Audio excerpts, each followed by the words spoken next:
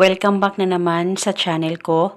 Ngayon, may ibabahagi na naman ako na napaka-epektibong ritual upang patuloy ang pagmamahalan at magandang relasyon ninyong dalawa ng partner mo.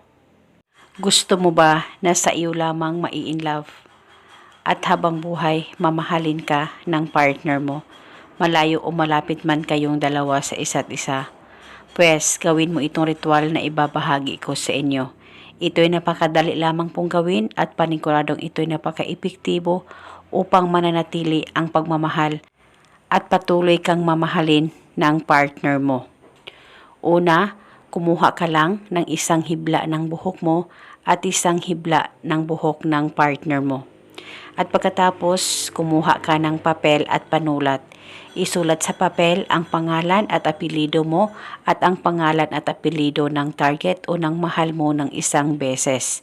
At pagkatapos mo nang masulat ang kanyang pangalan at ang pangalan mo, ay ilagay ang hibla ng buhok mo at isang hibla ng buhok ng mahal mo.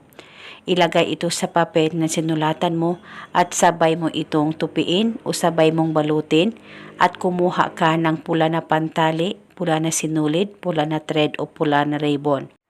At pagkatapos ay talian mo ng maigi ang ritual. At habang ito ay tinatalian mo, ay sabay mong banggitin ang mga salitang ito. Sa pamamagitan nitong ritual, ikaw ay mananatili sa akin at habang buhay ako ay iyong mamahalin.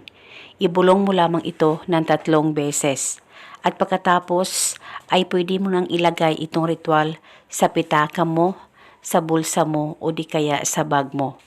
Itago ito pang matagalan o itago sa damitan mo basta ito ay nasa safe na walang makakakita at makakaalam. Pwede mo ito bulungan paminsan-minsan kung may time po kayo. Isa itong gabay para patuloy ang pagmamahalan at habang buhay ikaw lamang ang mamahalin ng partner mo kahit gaano pa kayo kalayo sa isa't isa. At eto muna sa ngayon, maraming salamat po sa panonood. May God bless us all.